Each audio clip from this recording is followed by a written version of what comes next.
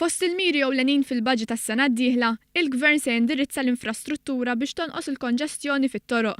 Dan fl-isfond tas-suċċess ekonomiku li għaddej minnu pajjiżna u li qed iġib miegħu eluf akbar ta' ħaddiema barranin flimkien magħruf ta' turisti li jkomplu jżidu l-pressjoni fit-toroq tagħna.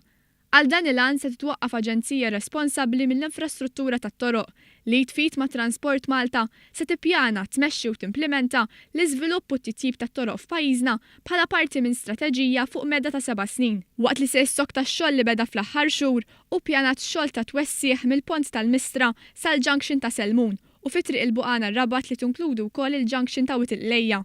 Dan flimkien ma' titjib f'parti sostanzjali minn triq l-Imdina li mill-imrieħel tagħti lejn ħattart. Dan flimkien mal-proġett tal-Junction tal-Marsa u l-mini li minn Vjal Santa Luċija iwassal lejn it-triq tal-Barrani bilan li traffiku ma jeħilx mar-roundabout taħdejn Santa Luċija. Ma' dawn il-Gvern qed jippjana wkoll li jibni madwar 160 triq residenzjali.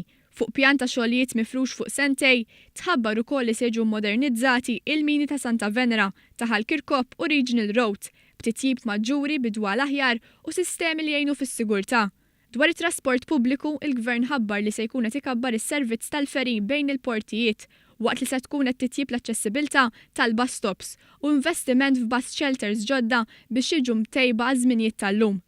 Wara li sas-sena li għaddiet ingħatat tal-linja kards mimlija bil-kreditu li tfajliet u ġuventur ta' 18-il sena, din l-iskema se tiġi estiża wkoll għal dawk iż-żgħażagħ li s-sena d-dieħla jkollhom bejn 16 u 20 sena u għalhekk se jibbenefikaw minn vjaġġar b'xejn b'tal-linja sa massimu ta' 312 euro fis-sena. Se tiġi estiża wkoll ir-revużjoni sħiħa tal-VAT fuq xiri ta' roti u roti elettriċi, waqt li għall-ewwel darba se jingħata inċentiv ukoll għal xiri ta' mutur, scooters u roti assistiti b'mutur tal-elettriku għal massimu ta' 400 euro.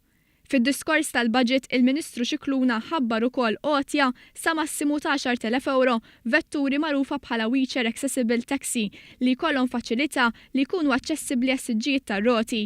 Matul is-sena li ġejja, il-Gvern b'nefqa ta' ftit anqas minn 5 miljun euro se jkun għall-ewwel darba qed iżomm mal-weda tiegħu li jrott lura l-flus fuq reġistrazzjoni ta' karozzi ġodda li nxtraw fl-2007.